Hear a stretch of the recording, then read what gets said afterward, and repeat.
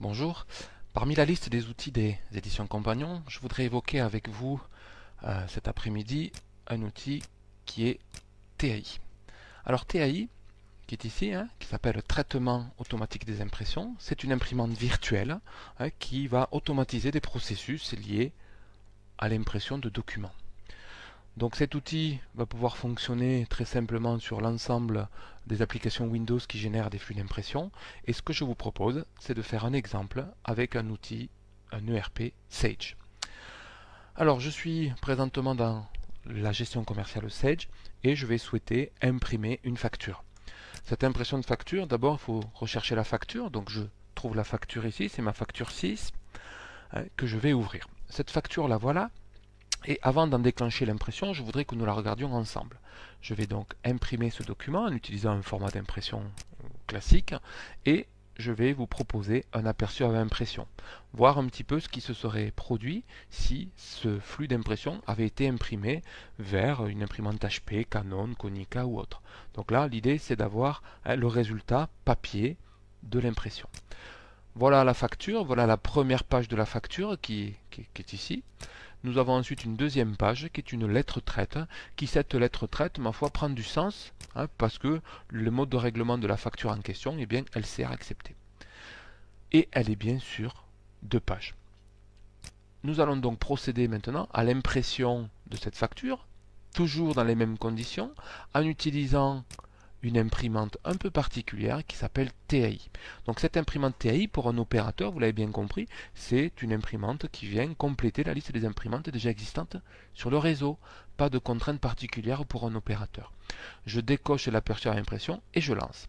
Que va-t-il se passer à partir du moment où j'ai cliqué sur l'impression? Alors regardez ce qui se passe sur un email s'ouvre. Sur la partie droite, vous avez certainement pu remarquer le pop-up qui nous a informé de ce que le document avait été traité. Et on se retrouve avec un email d'ores et déjà rempli, d'accord, avec un destinataire, avec un certain nombre de fichiers PDF joints dans l'email. On va trouver ici un corps d'email, ma foi, qui reprend des éléments de la facture et qui est en lien concret avec la facture que nous étions en train de traiter.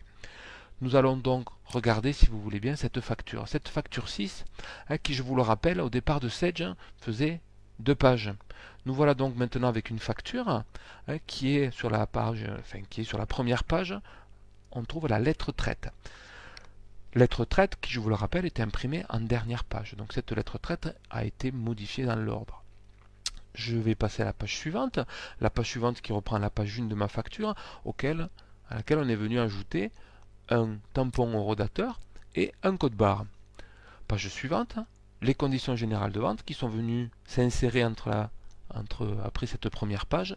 Et dès la page suivante, regardez, je vais trouver une fiche technique, une fiche commerciale, un plan de montage, enfin toute information qui aurait pu être déterminée par la présence de tel ou tel article dans le corps de la facture.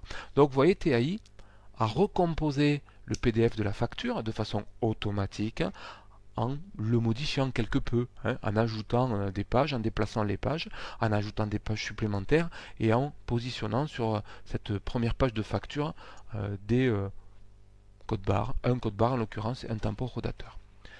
Sur le document joint complémentaire, donc un autre PDF qui est joint avec l'email, qu'est-ce qu'on voit?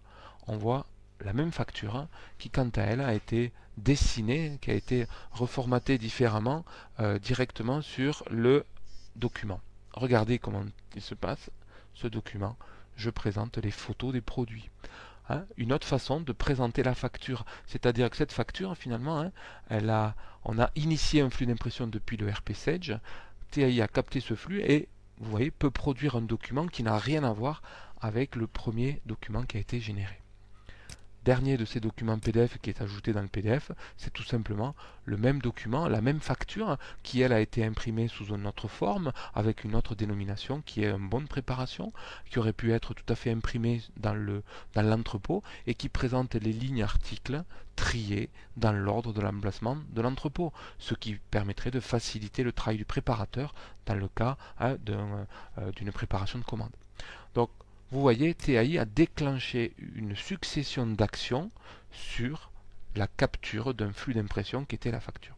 Dernier document qui est un fichier XML qui, pour ceux qui le parlent, vont... Hop, voilà, je vais ouvrir ce fichier XML. Donc c'est un fichier XML qui aurait pu être transmis au transporteur à des fins d'impression de la facture ou de l'étiquette en l'occurrence directement depuis TAI. Voilà. Bien évidemment, cet email on ne va pas l'envoyer. Hein. L'idée étant de regarder un petit peu comment ça fonctionne.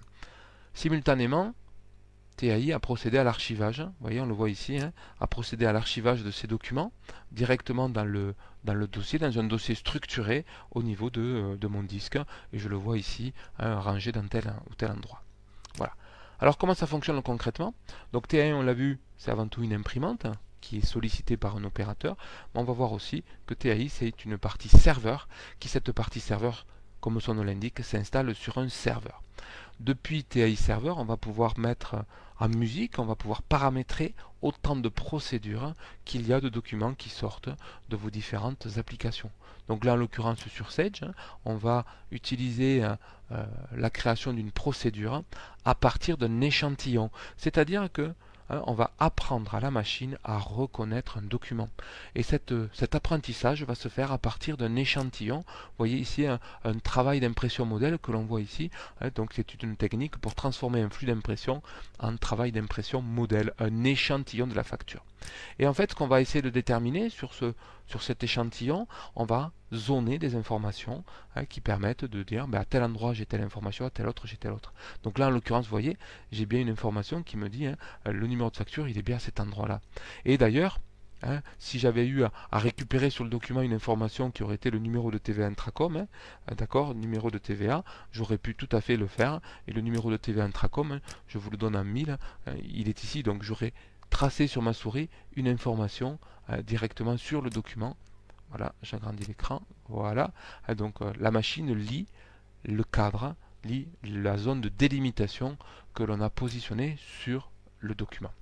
Une fois que cette phase d'apprentissage est réalisée, on va pouvoir accéder à des actions.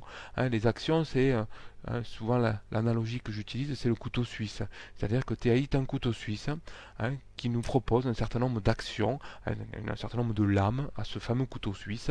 Donc vous voyez comme générer du PDF, envoyer des emails, envoyer un fax, envoyer un SMS, exécuter une instruction SQL. Update, delete, insert into. Je peux imprimer physiquement. Ah oui, ça peut être pratique d'imprimer. Je peux générer du fichier texte. On a évoqué tout à l'heure le fichier XML, mais typiquement, on est passé par ce moyen-là pour générer un fichier texte. Gérer un fichier, supprimer, déplacer un fichier. Maileva, c'est un connecteur que nous avons réalisé qui permet de communiquer directement avec cette filiale de la Poste dont la vocation première est de rematérialiser des flux d'impression. C'est-à-dire que l'impression des factures, on va le confier à Maileva et c'est eux qui vont imprimer, mettre sous pli, affranchir et remettre au facteur pour générer des économies, bien évidemment.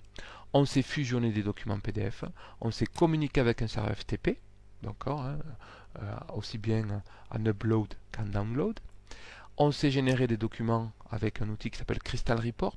Vous vous rappelez le document facture avec les images des articles, mais typiquement ça a été fait avec Crystal Report. Crystal Report est un générateur d'état. Pas de crainte, vous n'avez pas besoin d'avoir une licence Crystal Report pour utiliser cet outil-là. Je sais imprimer des documents PDF.